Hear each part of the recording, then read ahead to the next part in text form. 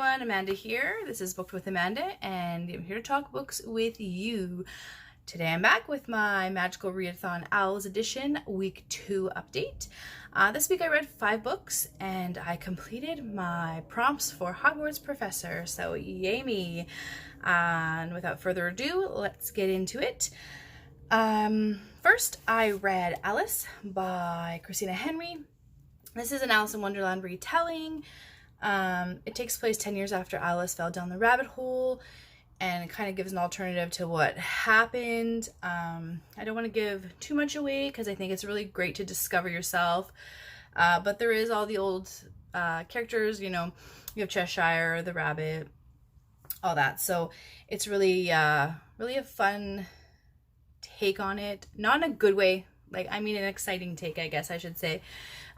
There is trigger warnings for sexual assault on women and violence for sure. So it is darker adult version, but it was fantastic. I wish it was longer. I gave it a 4-star just because it's too short for me. It's so, her writing is so good and so captivating, and I just wanted more, and I wanted more details. I feel like some things were rushed, including the ending, so I wish that she had given more. I wish this was twice the size it is, basically. So, but I do highly recommend it. Great book. Next, I guess I'll jump to my potions, read a sequel, and I was going to read Chamber of Secrets, which I still plan to read. Rest assured, Harry Potter fans.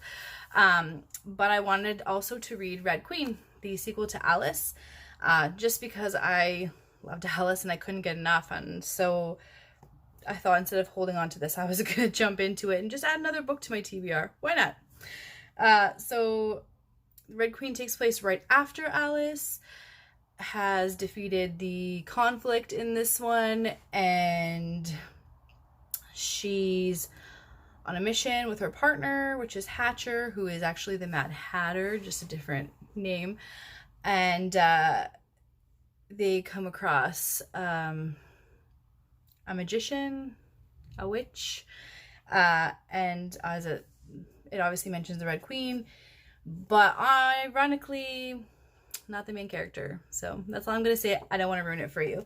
Read it. I gave it a 4 stars. Same problems, not long enough, ending was slightly rushed, but it's fine. You know what, I still enjoy them, and I think that if you like fairy tale retellings and you don't mind dark fairy tale retellings, that's a great couple of books to read, a great duology. So next we have Women Talking. That's by Miriam Taves. I read that for Charms. Let's read an adult book.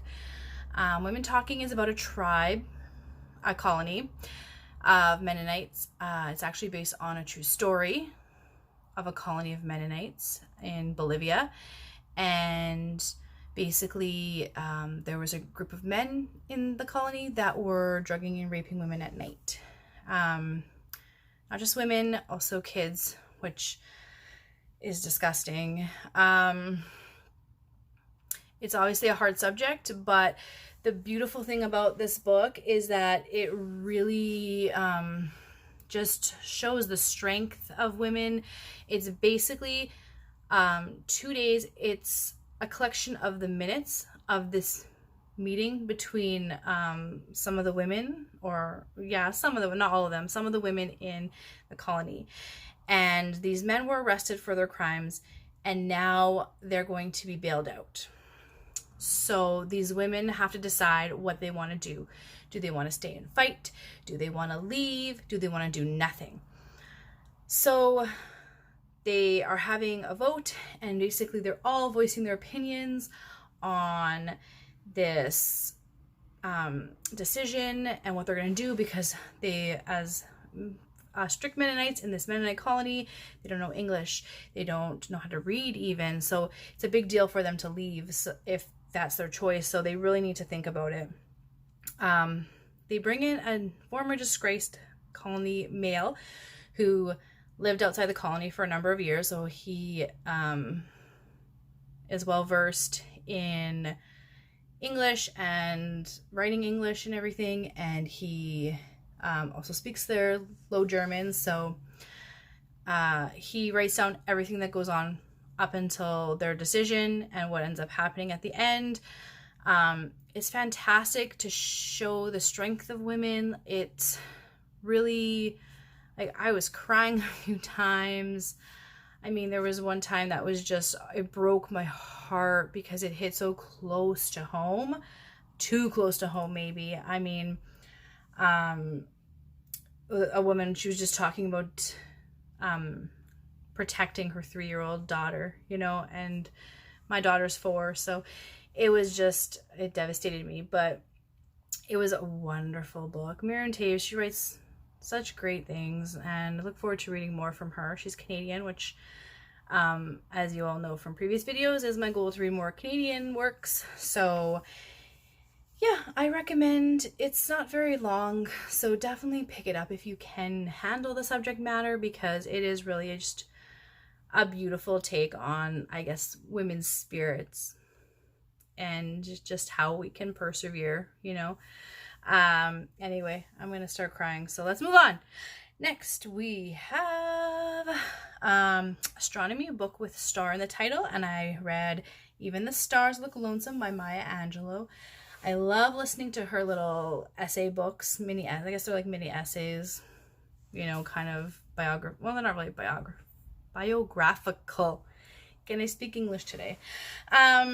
But yeah, it's just always like your grandma sits you down with a warm cup of cocoa and, you know, tries to give you advice and then goes off on her little tangents, but they're always interesting and warm and just beautifully written. I just love her stuff, and I love listening to it because she narrates all of her little essays, so they're actually very it's just like listening to your grandma. Like, I don't know how else to describe it. But she's also funny, you know. Some of her essays are really funny, and some of them just are touching, and some of them are just so thought-provoking. I highly recommend, even if you don't pick up this one, just pick up one of them. Her collection of essays are always shorter. They're always like between 150 and like 200 pages or so. So definitely recommend even just checking them out physically, or if you can, audiobooks. They're fantastic. And finally, I read For Arrhythmia, work written by more than one author. I was going to read Burn for Burn, but instead I decided to read Between the Lines by Jodi Picoult and Samantha Van Leer. Samantha is actually Jodi's daughter, and over the course of 2 years, they wrote a fairy tale. And I had a lot of dark subject matter this month, so I needed a break, as I think most people do. I think you can't just continue to read, you know, dark, violent, you know, sexually abusive content consistently, because you will eventually go into a dark place. So I thought, I gotta find something light and fluffy and that fits my prompts. So I decided to read Between the Lines. And basically, it's about a 15-year-old who is obsessed with this children's fairy tale book. She reads it over and over again. And what we find out is that once the pages are closed, the characters are real. They have emotions and they have hobbies, and every time the book reopens, the book resets back to how it's supposed to be for the story. One day, the lead character in the book flags down our protagonist, and because he wants out, and he's been trying for years to get out of this book. He wants to be alive in our world. So basically, it's a journey of them trying to figure out how to get him out of the book. And of course, there's a romance between the book character and the reader. And I feel like there's not enough of those books out there, but I feel like a lot of us readers have those characters that we are absolutely in love with, right? I mean, maybe not so much now that I'm older, but as a teenager, you know, or even a young adult, I mean, yeah. Who was a teenager or young adult and read Twilight and didn't like either Jacob or Edward, right? And you were so, I'm Team Jacob, I'm Team Edward. I mean, it feels like like she's in love with this character and he ends up being in love with her. And isn't that what all teenage girls want out of all teenage readers, I guess I should say. But yeah, it was actually really cute. It's super wholesome. There's no swearing, there's no sex, like there's kissing once or something. Like there's no kissing really. There's nothing like that. So I don't know if this is like, she's 15.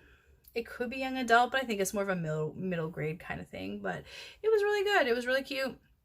I liked it. I thought it was kind of neat that a mother and daughter wrote it. I think that's kind of cool. There was like a little blurb at the beginning from the author, like a little introduction about how it was hard to get her daughter to sit down on nice days and to actually write this book with her. So yeah, I enjoyed it though, but that covered that prompt. I'm still gonna read Burn for Burn for my Pop Sugar reading challenge, but I mean, it's only April and I still have 8 months left in the year, so I can just read that whenever.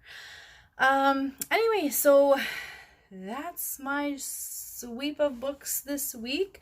So I think now I basically have Care of Magical Creatures, I have Divination, I have Muggle Studies, and Transfiguration left. So I have 4. So I've done 8 and I have 4. And then I'll have read all 12, which is fantastic. But as of right now, I have completed all my Hogwarts professor prompts. And as of right now, I'm currently reading Harry Potter and the Philosopher's Stone for Transfiguration, and that's a red cover. It's about a boy who finds out he's a wizard and is going to wizarding school, and then chaos ensues, and him and his friends stop the chaos. The end, if you don't know what that's about. But yeah. Anyway, that's it for today, and thanks for watching. I will see you all around soon. Thanks. Bye.